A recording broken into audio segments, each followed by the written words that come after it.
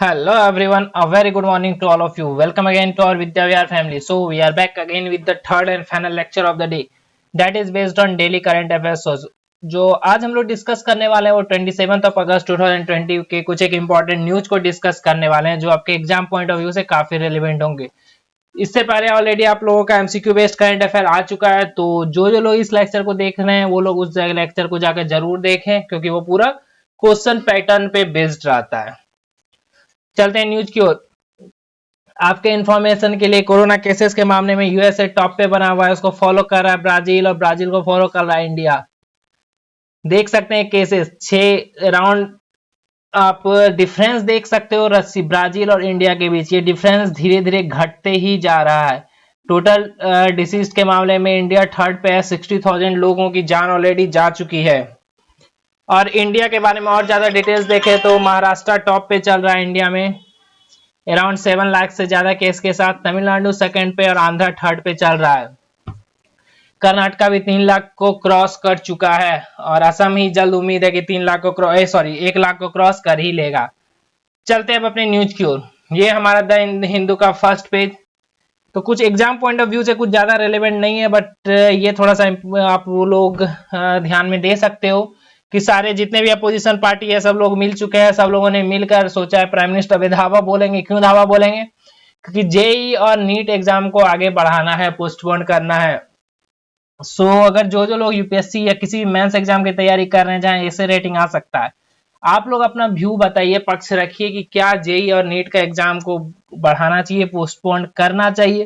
क्योंकि supreme court का कहना है कि अब लोगों की लाइफ के साथ नहीं खेला जा सकता, विद्यार्थी के 1 साल को बर्बाद नहीं किया जा सकता, सो ये अब पोस्टपोन नहीं होगा।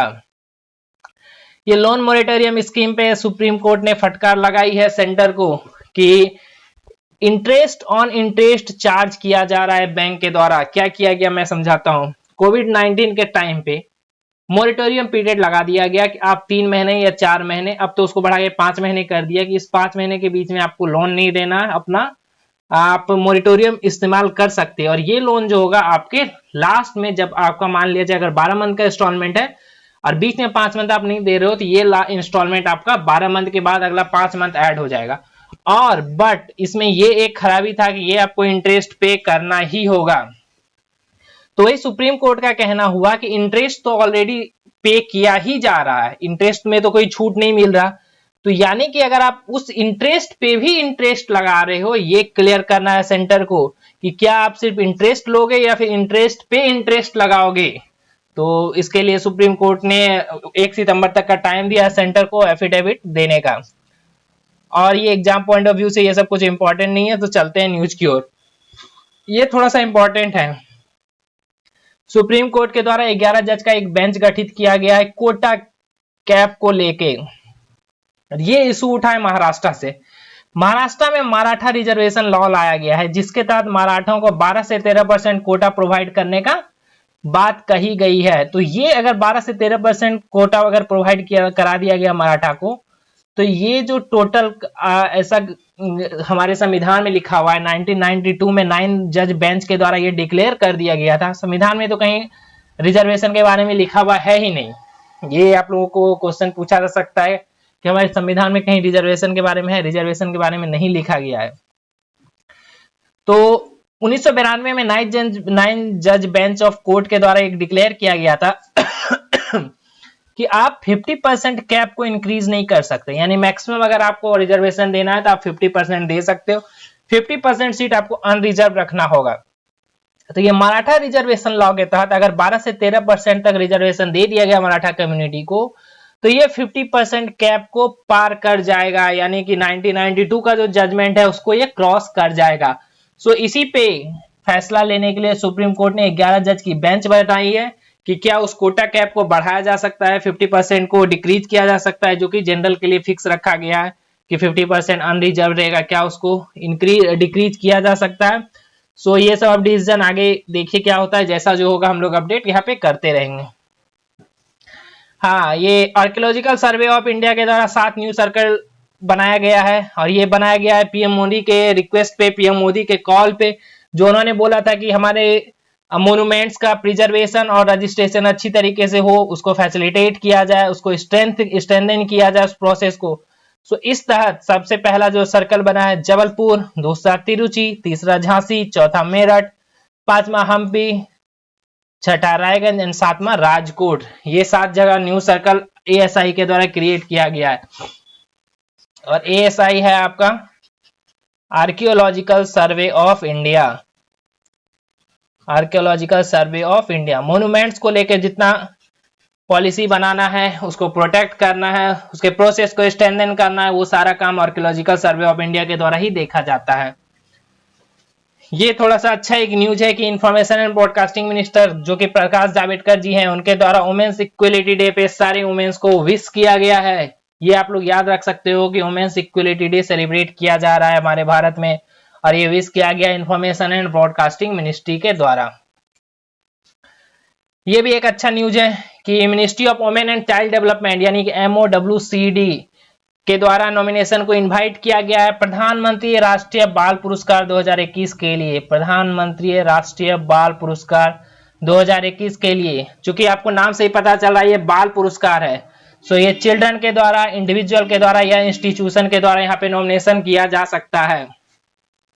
चलिए ये देख लीजिए कि ये बाल पुरस्कार क्यों स्टेब्लिश किया गया था। इसको इंस्टीट्यूट किया गया था टू फेलिसिटेट मेरिटोरियस चिल्ड्रन, जो अच्छे बच्चे हैं, जो अच्छे इंडिविजुअल हैं, या जो अच्छी इंस्टीट्यूशन है, जो अच्छे काम कर रहे हैं, उनको फेलिसिटेट करने के लिए ये प्रधानमंत्री राष्ट्रीय बाल पुरस्कार का आयोजन किया गया था।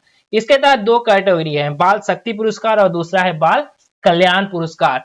और अवार्ड जो दिया जाता है वो प्रेसिडेंट के द्वारा दिया जाता है राष्ट्रपति भवन में रिपब्लिक डे के वीक पे, यानी कि presiding Republic day every year, यानी कि 2021 में आपको ये प्राइज मिलेगा राष्ट्रीय बाल पुरस्कार 2021। और साथ ही साथ जो लोग इसके विनर हैं, जिसको अवार्ड मिलेगा, वो लोग रिपब्लिक डे पैरेड में 26 जनवरी राजपथ में जो होगा वो पार्टिसिपेट करेंगे उस पैरेड में।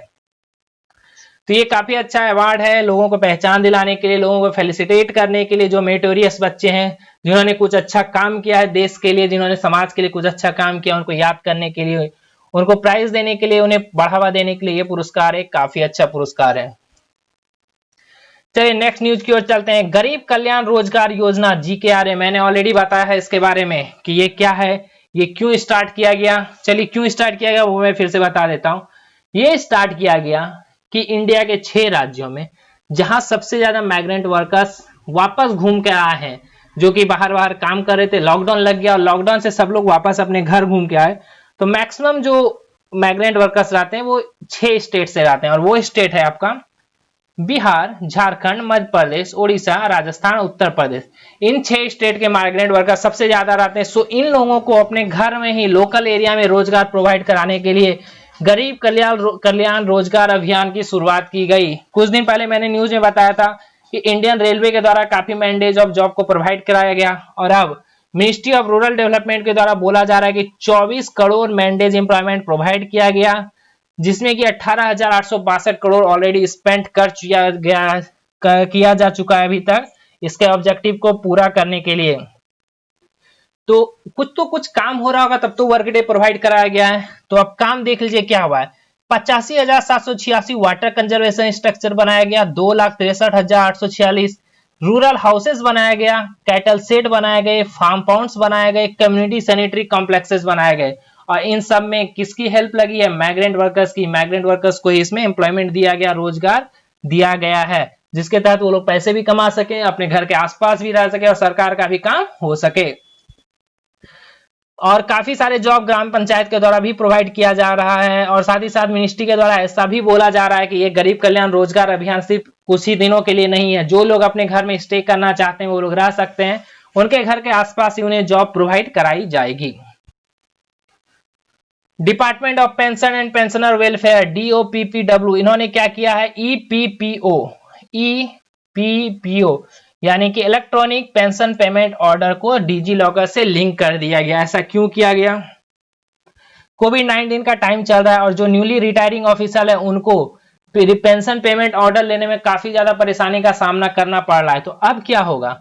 अब इसको डिजी लॉकर से जोड़ दिया गया है। अब जो रिटायर होंगे उनको अपना पेंशन पेमेंट ऑर्डर वो डायरेक्टली अपने डिजी लॉकर से डाउनलोड कर पाएंगे, जिसमें ह्यूमन इंटरफेरेंस कम हो जाएगा, लोगों को भाग दौड़ कम करनी पड़ेगी और घर बैठे बैठे ही सारा काम हो जाएगा। इसलिए आपके लिए न्यूज थोड़ा सा इंपॉर्टेंट हो सकता है कि अभी हाल फिलहाल में डिजी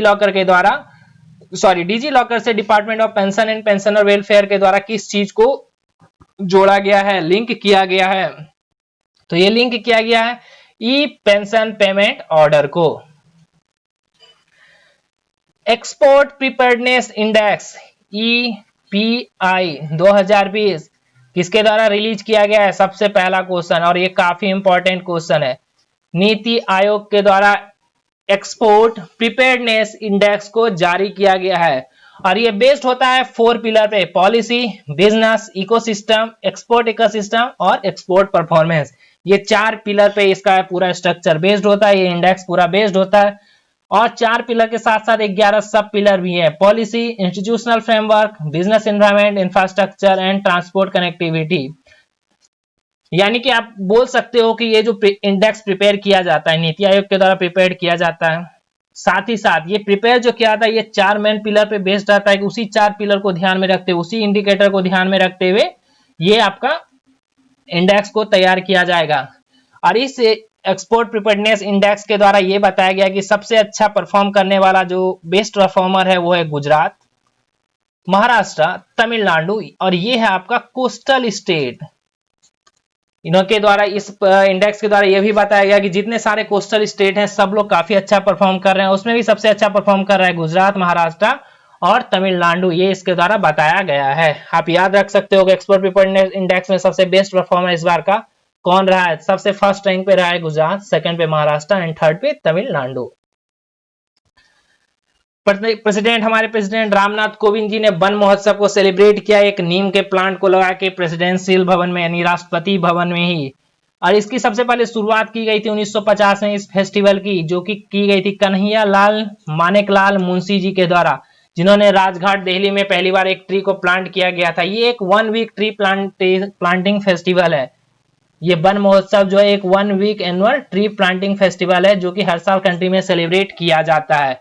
और इसे कब से स्टार्ट किया गया था? 1950 से। इस बार किसने? रामनाथ कोविंद ने, हमारे प्रेसिडेंट ने एक नीम का प्लांट लगा के इसकी शुरुआत की।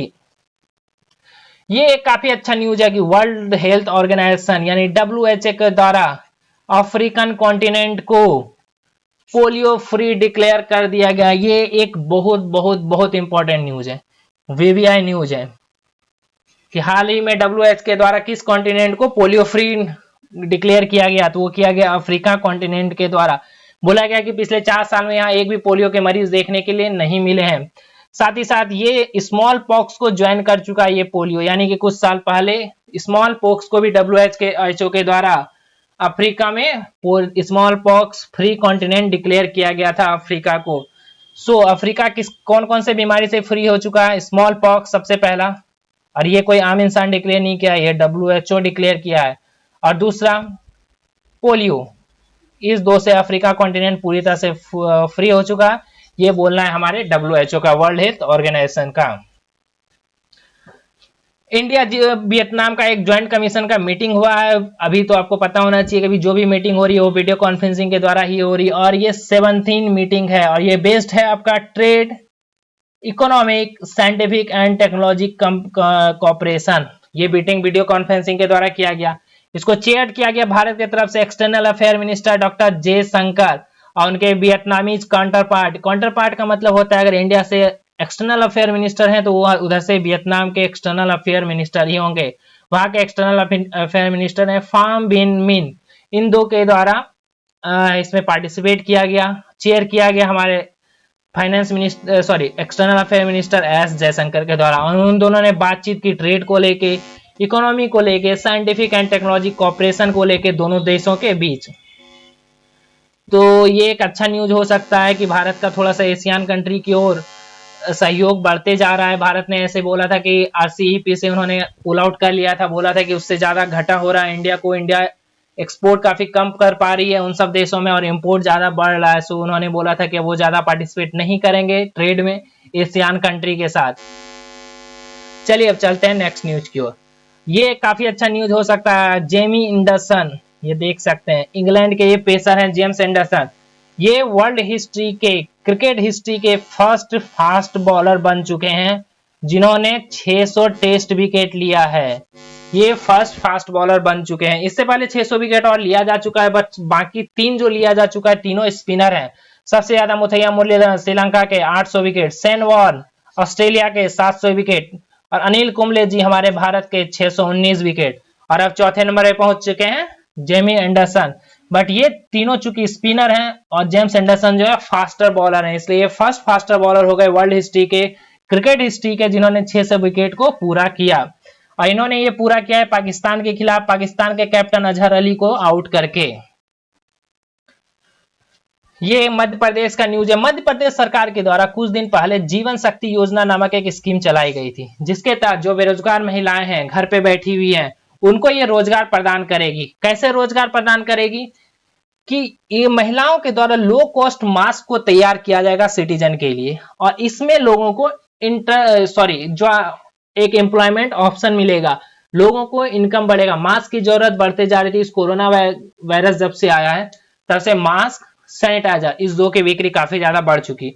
और मास्क तो ऐसा हो गया था कि मिलना बहुत मुश्किल हो गया था, काफी ज्यादा रेट बढ़ गया था। सो उसी को देखते हुए मध्य प्रदेश के सीएम ने ये स्कीम स्टार्ट किया, जीवन शक्ति योजना, जिसके तहत घर बैठे महिलाएं मास्क बना सकती है और सिटीजन को वो सप्लाई कर सकती है। तो ये बोला जाना है कि मध्य प्रदेश सरकार के द्वारा लगभग 10 लाख वुमेन एंटरप्रेन्योर्स के द्वारा लगभग 10 लाख मास्क बनाया गया है इसके तहत, जीवन शक्ति योजना के तहत। और ये बोला गया चीफ मिनिस्टर शिवराज सिंह चौहान जी के द्वारा, जिन्होंने इस योजना की स्टार्ट की थी।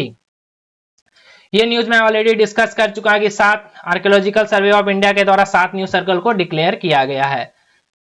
सो चलिए गाइज, आज के लेक्चर में इतना ही। मिलते हैं कल फिर से नेक्स्ट लेक्चर में। तब तक के लिए बाय बाय, जय हिंद। हमारे चैनल को शेयर करें और सब्सक्राइब जरूर करें। Bye bye guys.